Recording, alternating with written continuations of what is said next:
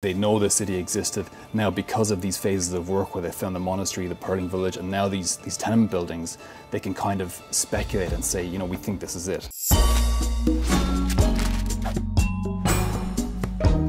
Hi, I'm Sarah Forster, news editor here at The National, and welcome to this week's episode of A Closer Look. Now, despite the UAE being a very young country, the region has a rich history that is constantly being discovered. And recently, that's been no exception, as researchers have found what they believe to be the lost city of Tuam. To join me to talk more about this, we've got our senior reporter, John Dennehy. John, thank you for joining me. So, John, essentially the crux of it is that they knew this area existed and they feel like they've now found it. Tell me a bit more about Tuam. So archaeologists working in Al Quwain think they have stumbled upon, you know, a really major settlement that is known as Tuam, that reached its peak probably around the 6th century. We've spoken about this site before. They found a monastery a couple of years ago there. They found a very important pearling village. And this is all on Sinai, is it Sinai Island? On Sinai Island in Al Quwain. Yeah. So this year, during the dig from January to March, what they found was basically what we would recognize as sort of tenement buildings. So, you know, big residential buildings with narrow alleyways, which means there was a much greater population at the site and a much almost like a level of urbanization that wasn't there before. So this shows the different phases of work at the different phases of, I suppose, occupation. So first you have small stone houses, then you have larger homes built by wealthier people with courtyards, and then these tenements that were found this year showing that bigger scale. So because of that, because of that level of urbanization, they do now think that is this famed city of Tuam. So it's incredible that basically archaeologists found, you know, a few interesting, you know, rocks and areas, and then they've gone on to discover that actually really this might be a place of much more significance. So why don't you just explain to people a little bit more about maybe what a tenement is and what the significance is of discovering them? So the work at this site in Sydney has been building like every single year. So every year has brought a sort of a new discovery that's building this picture of what was actually there. So we had the monastery that came, then we had the Pearling Village, and now what they're doing is this year they found evidence for what we would probably know as tenement buildings, which is essentially a combination for probably labourers, workers. Oh, okay. And around.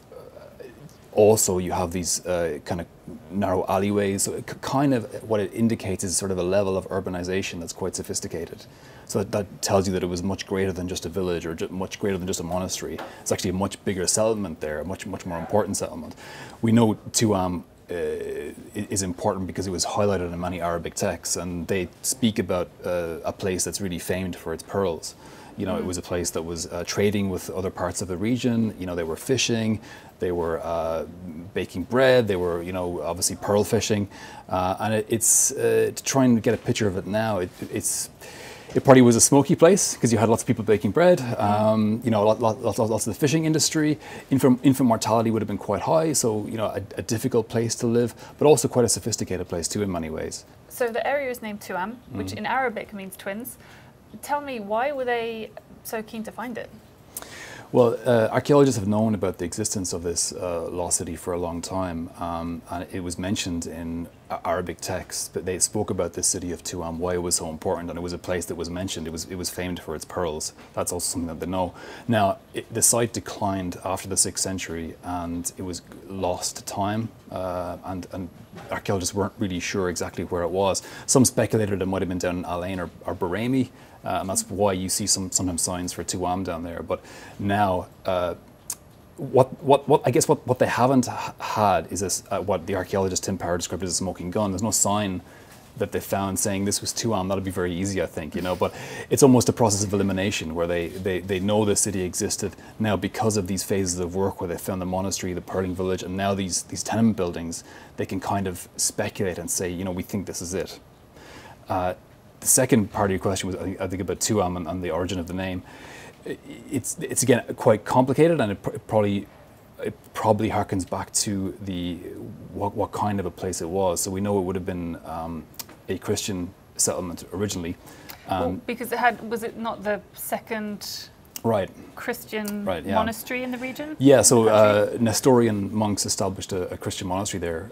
We know there was also a monastery on Bani Yas Island, which was previously discovered. So it does shed a light on what kind of on the history, on the coexistence of different religions here, and what kind of a place it was. Now, when archaeologists found the monastery on Sania in Umm Al Quwain, they thought it was maybe, you know, it was on its own. Maybe the Pearling village was a lay community for the monastery. Maybe that was it, you know. But now, because of this find, it's expanded the settlement much bigger, and obviously means it's much more important. But the name, to go back to the name, yeah, it translates in Arabic as twins. But when it's rendered into English and Greek, it means Thomas. So archaeologists think it was named after Saint Thomas, who, you know, was sent to bring Christianity to the East. So we know that Tuam experienced what's kind of being called a decline, and that there was a mass grave found there. What are, you know, the researchers deducing from all of this as to why the area went downhill? Well, the reasons for the decline of any site are usually quite complex, and it's quite difficult to get a sort of definitive answer on that one. But the archaeologists have got a couple of theories on what they think might have happened. One is a pandemic, which we are of course familiar with from a few years ago. But this was one of the first pandemics in the region, called the Plague of Justinian, which first devastated Constantinople, and then moved across into modern-day UAE. So we know that certainly played a role. And what archaeologists have said is that they have found, as you mentioned, they found burial sites with skeletons, and they don't show any evidence of trauma, which indicates it wasn't a level of maybe conflict or violence at that time. So that's one theory they have. Also, other settlements grew up in the region, and one of the archaeologists also said that there's not a lot of evidence for a rushed departure. There's no stuff left in the homes, so that was probably planned, an element of planning to leave somewhere else. And there was also regional tensions at that time, which probably contributed too. So a few reasons, but the plague, obviously one of the big ones. So what is the future for this area? Are they going to turn it into an archaeological museum? Is it going to be a tourist site, you know, or are they just going to keep excavating, see what else they find? Yeah, I think they're going to keep excavating for sure. There's more excavations planned, there's more studies planned, there's more tests planned. You know, the Quwain Department of Tourism and Archaeology are really, you know, putting a lot of effort and work into this, and you know, they're really putting a lot of resources in.